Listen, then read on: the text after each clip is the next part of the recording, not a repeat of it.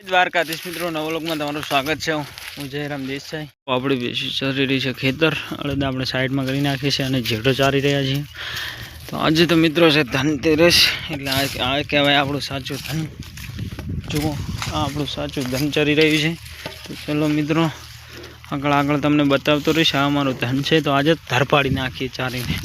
આપણી ભેંસો આવી ગઈ છે ઘરે અને આપણે આવી ગયા છીએ પાણીવાળો રજકામાં। આમાં વાવ્યું છે આપણે રજકો આખા ખેતરમાં।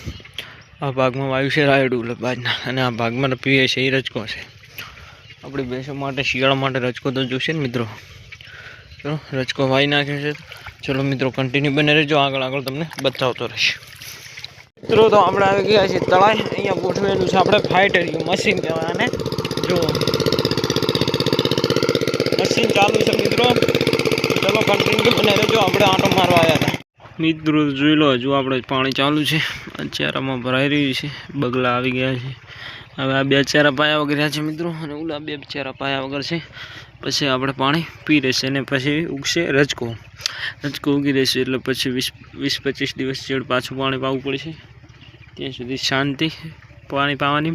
20-25 દિવસ જેવું પાણી પાશું પછી 1 મહિને રજકો વાઢીવો થઈ જશે।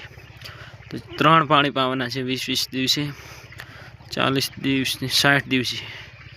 રજકો 2 મહિનામાં આવી જશે। જોરદાર મોટો થવા દઈશું એટલે 2 મહિના લાગશે। તો ચલો મિત્રો મોટો રજકો થશે એટલે વાઢીશું।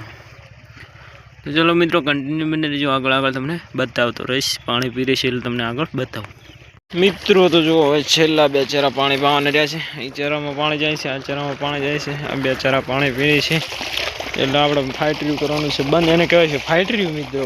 જુઓ આટલું પાણી કાઢે છે, કેમ કે સાંજનું સવારનું ચાલુ છે, અત્યારે થઈ ગઈ સાંજ। આળો પણ મશીનમાં આવી ગયો છે, તો એ આળો પણ કાઢીશું। જુઓ મશીન બંધ કરશું તારે, અને આટલું પાણી પી રહેશે એટલે મશીન કરી નાખવાનું છે બંધ।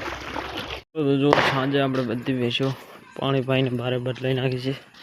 બધી ભેંસો બદલાઈ નાખી છે। આ નવી લાવલ ભેંસ છે, બીજી બધી ભેંસો બદલાઈ નાખી છે। જો બધી ભેંસો બારે બેસ છે, પાણી ધરીને પાઈ લીધું છે। આપણે વાળે પાપડી પણ પલાળી દીધી છે। જો એ પાપડી પલળે છે। તો ચલો મિત્રો કન્ટિન્યુ બનાવી દેજો, આજનું કામ પૂરું થઈ ગયું।